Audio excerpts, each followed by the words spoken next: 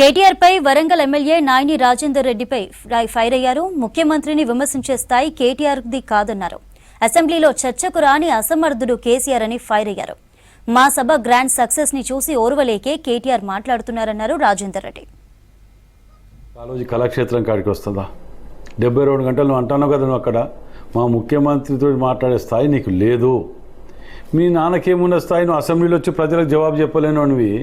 నీలో నిన్నోళ్ళు అడిగినట్టు అబ్దుల్లా షాదీ మీద దీవానేక హంగామా అన్నట్టు నీళ్ళు లేని మధ్యలో మేము అడిగిన వాటికి జవాబు చెప్పు, మీ నాన్నని తీసుకురా మాట్లాడతామని అంటే నువ్వేదో ఊరికొచ్చి మధ్యలో బుడంకాయ తిరిగా ఈ ముచ్చట్లు మాట్లాడు ఆ ముచ్చట్లు మాట్లాడు అలాగొట్టి 72 గంటలకు వస్తే ఏం చేస్తా? ఫస్ట్ నీ కుటుంబంలో చూసుకో, చక్కగా లేదు.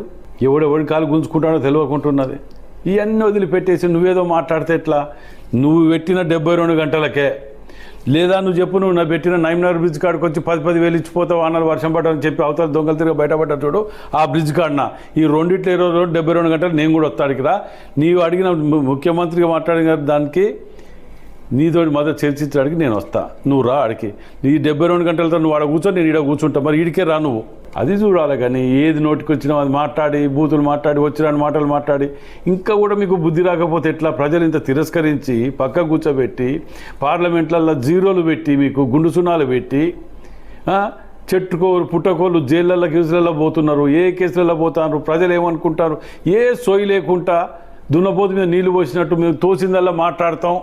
ఏదో 30 ఛానళ్ళు పెట్టుకొని అదేంది మన ఏమంటారు యూట్యూబ్ ఛానల్ పెట్టుకొని మాకు తోసింది మాట్లాడతాం, ఇది చేస్తాం అది చేస్తాం అంటే అవన్నీ కుదిరాయి.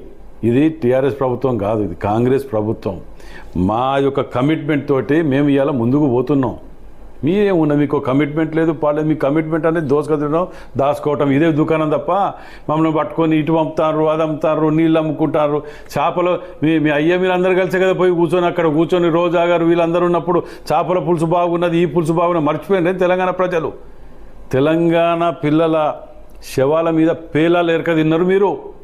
ఇలా మీరు మాట్లాడుతున్నారు వీళ్ళ గురించి ఏమనంటే తెలంగాణ జై తెలంగాణ. ఏంటిది?